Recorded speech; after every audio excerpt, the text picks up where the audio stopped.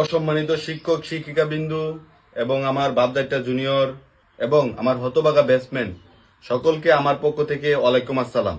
উপস্থিত সবাইকে ধন্যবাদ না জানিয়ে আমার এই আজকের ঐতিহাসিক বক্তব্য শুরু করছি, কেননা ধন্যবাদ দিলে সবাই মনে করবে আমি সিরিয়াস। হুট করে 10টা বছর চলে গেল, এই 10টা বছর মন দিতে পারিনি লেখাপড়ায়, মন দিয়েছি কুদ্দুসের মেয়েকে। যাক, এই পবিত্র স্টেজ অপবিত্র করব না প্রেম প্রীতির কথা বলে, কারণ পরীক্ষা পাশ করাটা যেন আমাদের জন্য ওয়ান সাইড লাভ হয়ে দাঁড়িয়েছে।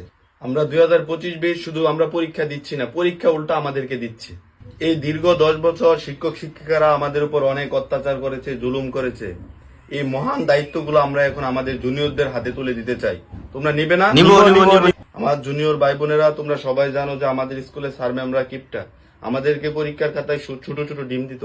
তোমরা সবাই দোয়া করবে আমাদের জন্য, আমরা যাতে এবার 25-এর বেশ বড় বড় ডিম নিয়ে স্কুলে ফিরে আসতে পারি, স্যারদের হুক উজ্জ্বল করে।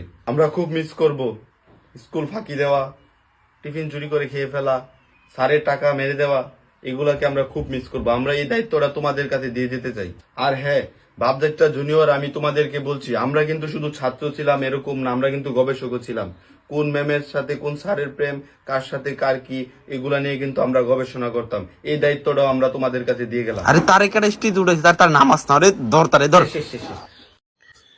বউকে যদি বেতন দিতে হতো তাহলে হিসাবটা হতো এমন: 3 বেলা রান্না করা 5,000 টাকা, বাসা পরিষ্কার করা 3,000 টাকা, বাসা পাহারা দেওয়া 3,000 টাকা, বাচ্চা মানুষ করা 5,000 টাকা, স্বামীর চাহিদা পূরণ করা 15,000 টাকা, মোট বেতন 31,000 টাকা।